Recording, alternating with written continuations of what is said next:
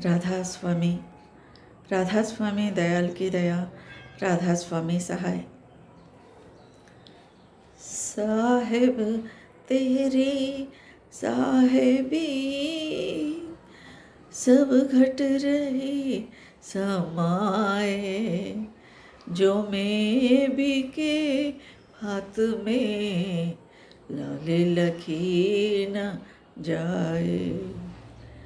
गुरु की महिमा कौन गाए, उसका गाना है कठिन, उसका गाना है कठिन। गुरु की महिमा कौन गाए, उसका गाना है कठिन, उसका गाना है कठिन। पहुँचने वाले कहाँ तुझ तक है बानी और वचन, उसका गाना है कठिन। बुद्धि निर्णय कर नहीं सकती न चित चिंतन के योग, चिंतन के योग। बुद्धि निर्णय कर नहीं सकती न चित चिंतन के योग, चिंतन के योग। सोचने और समझने की शक्ति पाता है न मन, उसका गाना है कठिन। गुरु की महिमा कौन गाए, उसका गाना है कठिन, उसका गाना है कठिन। ज्ञानी अपनी युक्ति भूले, ज्ञान ध्यान भूले, ध्यान कर, ध्यान कर। ज्ञानी अपनी युक्ति भूले, ध्यान भूले, ध्यान कर, ध्यान कर। योगी थक कर हार बैठे, योगी थक कर हार बैठे। कर चुके जग सब जतन, उसका गाना है कठिन।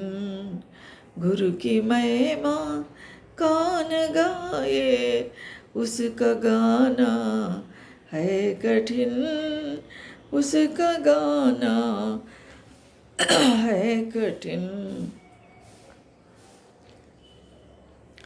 तू नहीं काशी न मथुरा द्वारिका में, तू नहीं द्वारिका में, तू नहीं, तू नहीं काशी न मथुरा द्वारका में, तू नहीं द्वारका में, तू नहीं।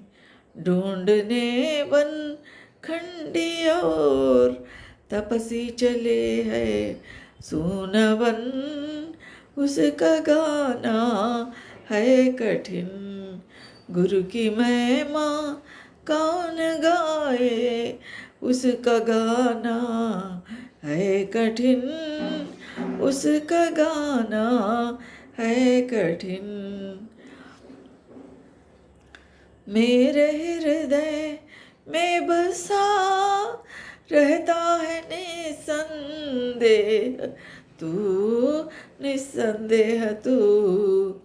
मेरे हृदय में बसा रहता है निसंदेह तू, निसंदेह तू। राधा स्वामी भेद बतलाया, राधा स्वामी भेद बतलाया।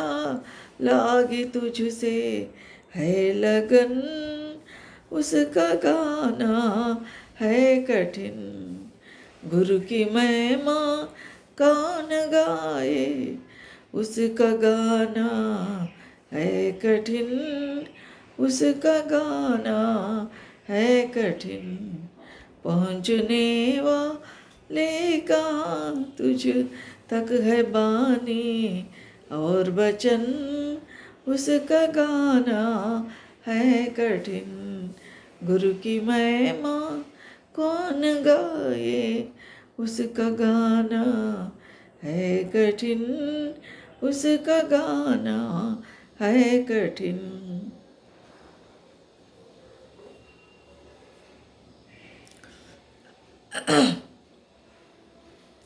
इस शब्द में दाता दयाल जी महाराज गुरु की महिमा के बारे में बता रहे हैं, गुरु के बारे में हमें चेतावनी दे रहा है।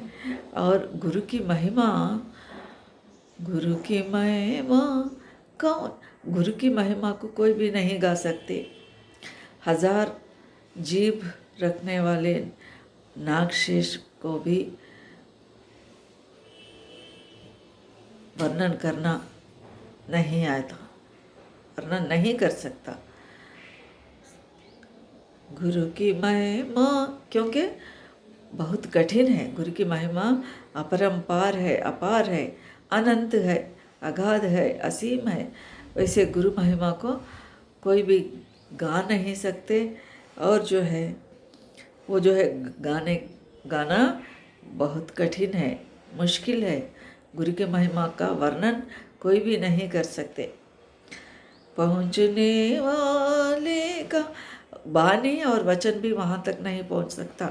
हम हमारे बहिर्मुख वाणी से, बहिर्मुख जबान से, वचन से, वाणी से, भाषा से उस मालिक के कुल का, उस सद्गुरु का महिमा को हम वर्णन नहीं कर सकते, गा नहीं सकते। क्योंकि उनकी महिमा क्यों अनंत है, क्यों अपार है। गुरु जो है हमें आवागमन के चक्कर से, जन्म मरण के चक्कर से हमें निकाल रहे हैं। हम करोड़ों करोड़ों जन्मों से जन्म ले रहे हैं, आ रहे हैं, जा रहे हैं, आ रहे हैं, जा रहे हैं। 84 लाख योनियों के जन्मों के बाद जो मनुष्य शरीर मिला, ये इस शरीर के लिए सुर देवता लोग भी तरसते रहते हैं। ऐसी मानव चोला का सार्थक कब होगा? जब गुरु हमें मिल जाए।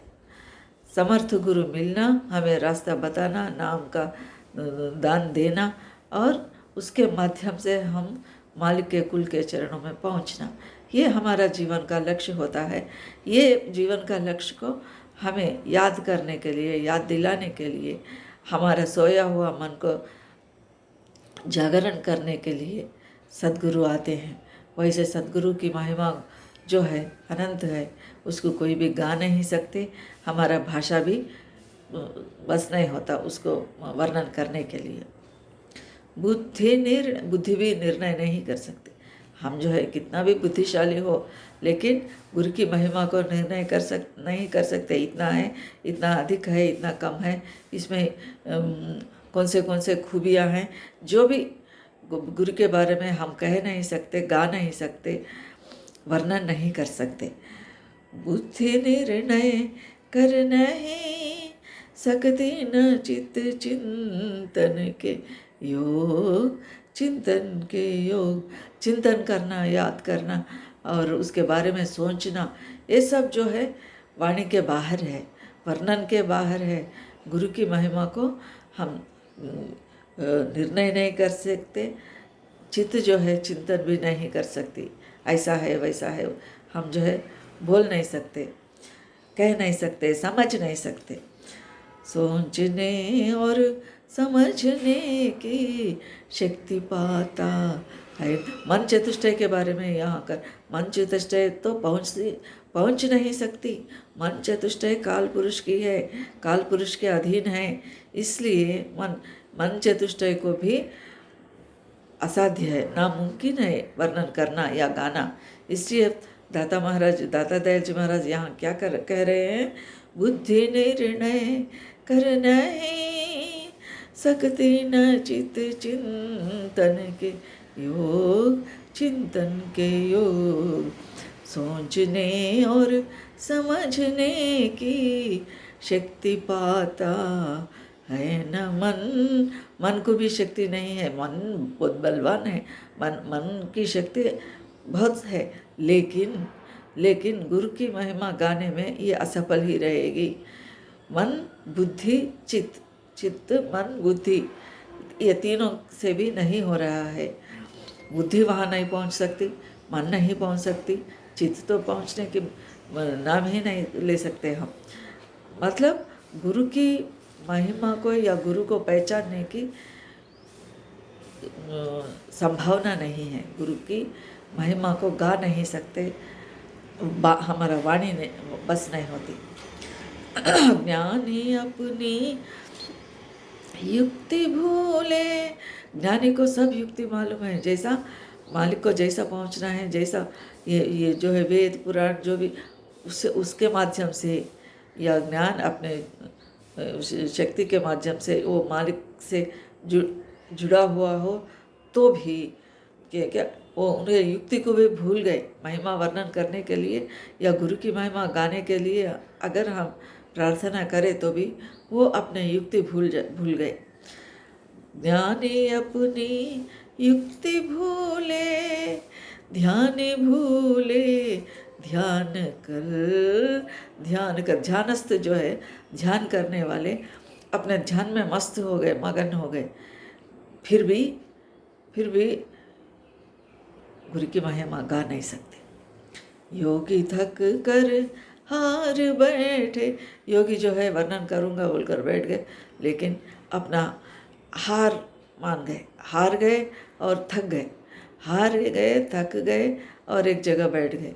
हमारे से उनसे नहीं हुआ। योगी थक कर हार बैठे, कर चुके जग सब जतन। सभी प्रयत्न करे, सभी किस्म के प्रयत्न हो गए, लेकिन नहीं कर सके। कौन? योगी, ज्ञानी, ध्यानी सब असफल रह गए, असफल ही रह गए।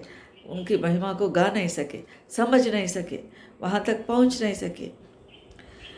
तू नहीं, यहाँ पर दाता दयाल जी महाराज वो मालिक के कुल से संबोधित करते हुए कह रहे हैं, प्रार्थना कर रहे हैं, अब हे प्रभु आप कहाँ हैं? आप जो है द्वारका में भी नहीं हैं, मथुरा में भी नहीं हैं, काशी में भी नहीं हैं, कहाँ है फिर? वो मालिक के कुल जो है हर मस्तिष्क में, हर जीव, हर प्राणी के भीतर, हमारे अंदर, हमारे कारण शरीर में विराजमान है। एक में है ही, दूसरे में नहीं बोलकर नहीं, सभी में है। मंदिर में है और बाहर भी है। अगर मंदिर में ही खुदा बंद हुआ तो, मालिक बंद हुआ तो, मंदिर में, मस्जिद में या गिरजा घर में मालिक बंद रह गया तो बाहर कौन है? बाहर सभी दुनिया को कौन पालन कर रहा है, कौन देख रहा है? सारी दुनिया को रक्षा करने वाले केवल सर्वाधार सर्वेश्वर।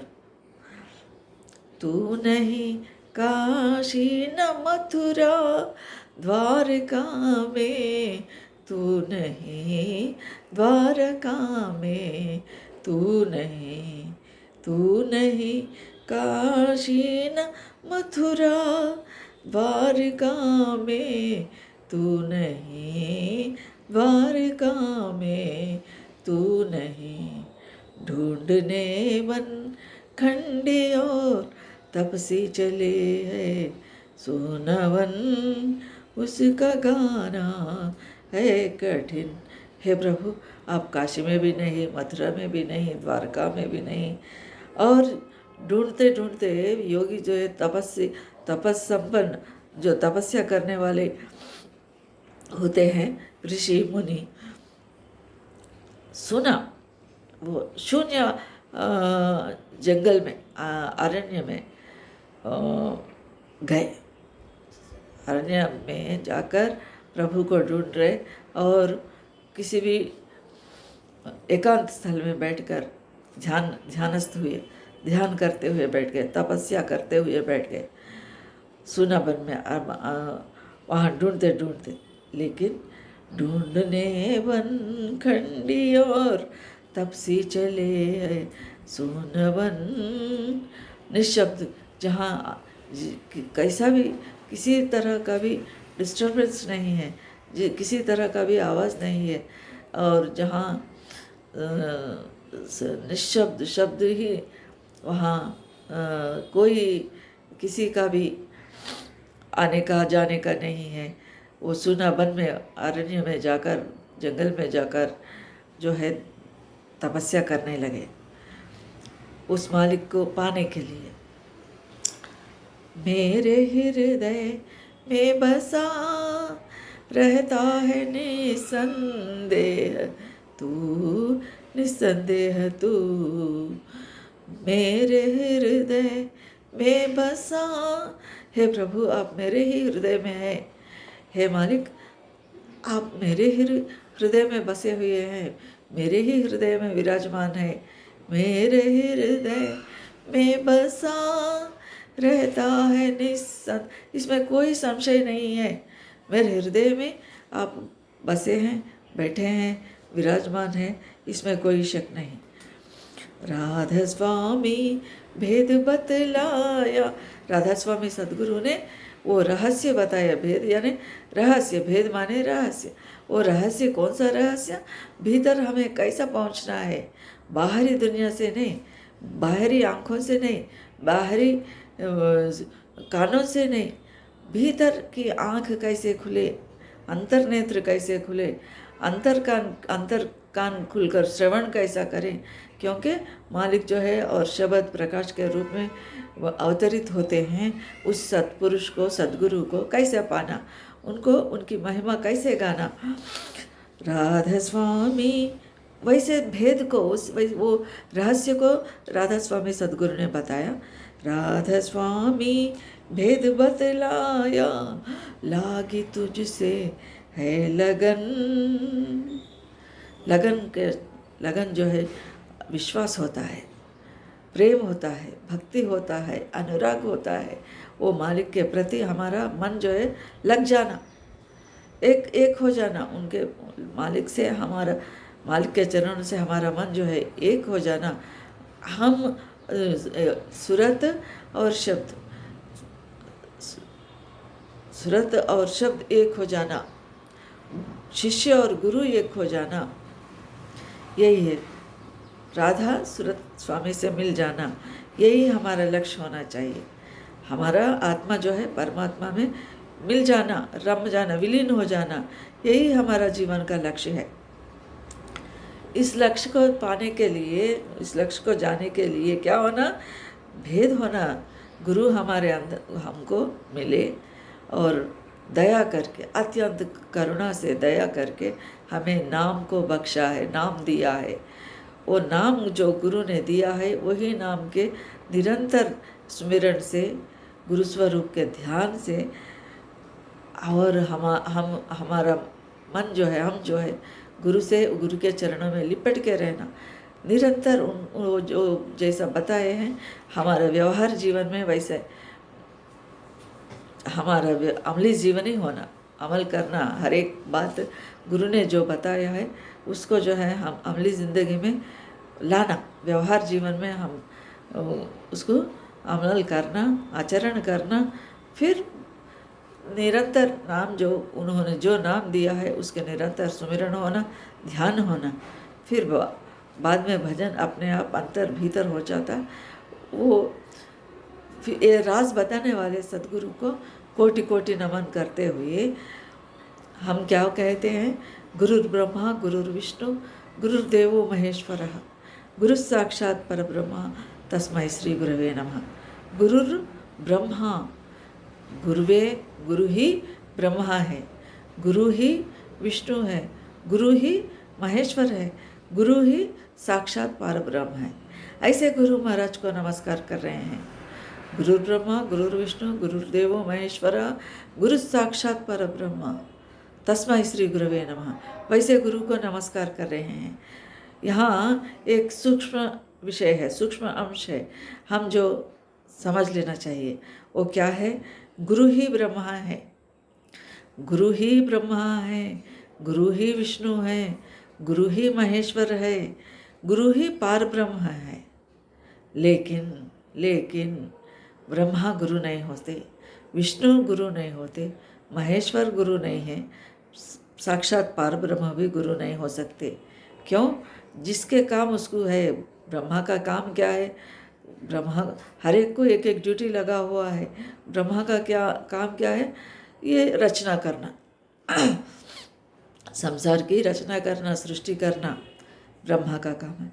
विष्णु पालन पोषण करना, शिव लय करना, ज्ञान के अधिष्ठाता है शिव जो है, उन्होंने शुभंकर है, मंगलकारी है शिव।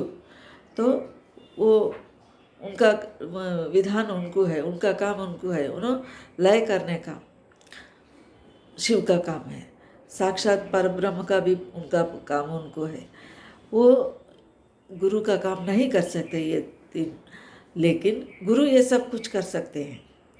गुरु सब कुछ कर सकते हैं। हमको आवागमन के चक्कर से छुड़ाकर सर्वाधार सर्वेश्वर मालिक के कुल के चरणों में हमें ले जा सकते हैं।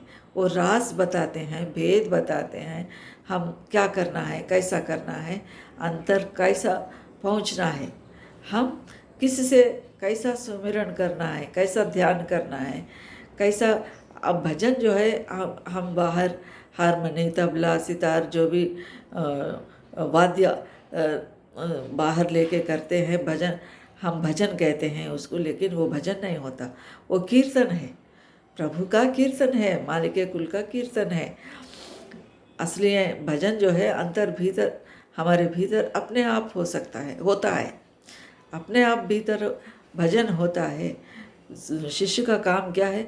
जो नाम गुरु ने बख्शा है, जो काम गुरु ने हमें दिया है, उसी को बिना स्वार्थ के,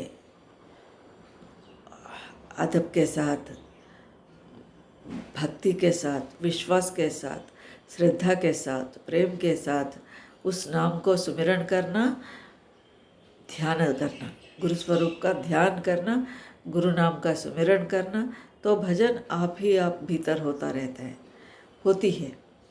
तो ऐसे ये तो अत्यंत गूढ़ विषय है। इसको क्लियर करने वाले, इसके बारे में चर्चा करने वाले संत महात्मा इसके बारे में खुला पूरा हमें बताते हैं। गुरु के महिमा, गुरु की महिमा क्यों? क्योंकि आज नहीं, करोड़ों करोड़ों जन्मों से हमारा शरीर आ रहा है, जा रहा है, आ रहा है, जा रहा है। फिर ये यात्रा, हाँ, ये मुसाफिर, हम जो है मुसाफिर है इस धरती पर। कुछ हमारे से, हम आने से पहले भी दुनिया थी, हम जाने के बाद भी दुनिया रहेगी।